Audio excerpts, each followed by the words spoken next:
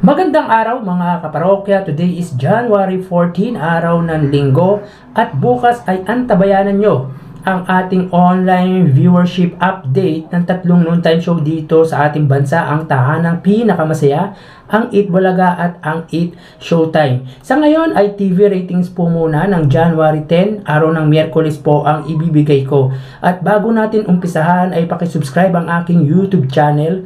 Pakiclick ang bell notification icon para lagi kayong ma-notify sa mga bagong video na ilalabas ko. So mga kaparokya, since January 1, undefeated po as number 1 ang Eat Bulaga ng Tito Vic and Joey, ayon yan sa AGB Nutam Nielsen Philippines. And as far as I remember, since December 16, nang mawala sila or matalo sila bilang number 1, at ito yung kauna-unahang panalo ng Eat Showtime sa TV rating. Tatandaan, since July ay 7 beses lamang natalo as number 1 sa TV ratings ang Eat Bulaga ng Tito Vic and Joey or EAT. Base sa observation ko, ang dahilan kung bakit mataas ang viewership ng Eat Showtime sa ngayon ay dahil maganda rin talaga ang kanilang segment. At isa na rin dito, mas pinipili ng mga tao na manood sa kanilang mga bahay, sa kanilang TV. So, again, hindi na masama ang 40 to 50k viewers para sa mahigit 1,000,000 subscribers kumpara mo sa millions of subscribers or talagang milyon-milyon or milyon-milyon ang kanilang subscribers. Kung babasihin natin to or kung i-convert natin ito sa percentage, ay walang duda na mas mataas pa rin ang Eat Bulaga kumpara sa katapat na noontime show.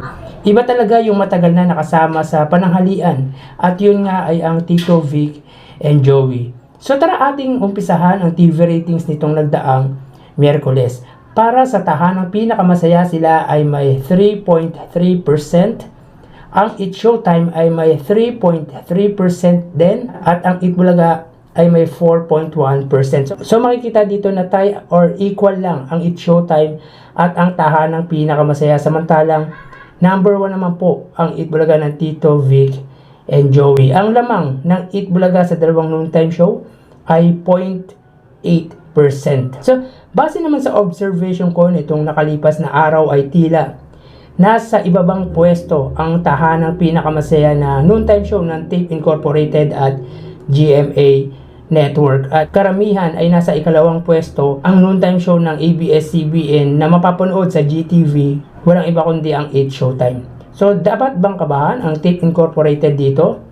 Kayo mga kaparokya, ano sa tingin nyo? May posibilidad ba na mapalitan ng Eat Showtime ang tahanang pinakamasaya as noontime show ng GMA?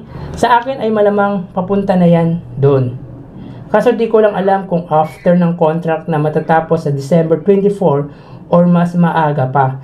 Kasi kung patuloy na bababa ang TV ratings ng tahanang pinakamasaya ay pwedeng i-break yung contract dahil base naman yan sa pinirmahan na kontrata between Tape Incorporated at GMA Network. So tignan natin kung anong kapalaran ang meron ang Tape Incorporated hinggil dyan. So mamaya try nating hanapin ang TV ratings na lumabas para sa araw ng Huwebes at Biyernes, January 11 at January 12. So yun lang mga kaparokya. Ingat po tayo. Thank you and God bless.